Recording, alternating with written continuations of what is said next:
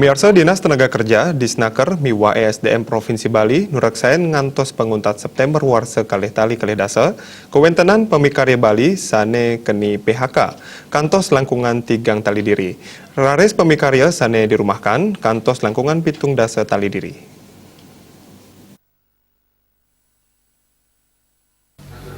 Kepala Disnaker dan ESDM Provinsi Bali Ide Bagus Ngurah Arde Maosang kuentenan inucap anut saking data ukuran sane kapolih saking Dinas Kabupaten Kota sejebak Bali. Mausang indik regulasi majeng pamikarya sane keni PHK paiketan ipun durung purun antuk ngicen penampen. Dane mausang sampun mablig bagang majeng dirjen sane mapaiketan nanging durung polih pemargi sane janten.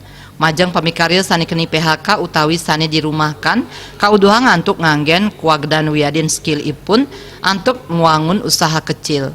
Rumasuk majeng pamikarya sane dirumahkan sinambi nyantos gatre antuk muali mekarya kauduhang nagingin galah antuk mungkah usaha rintisan.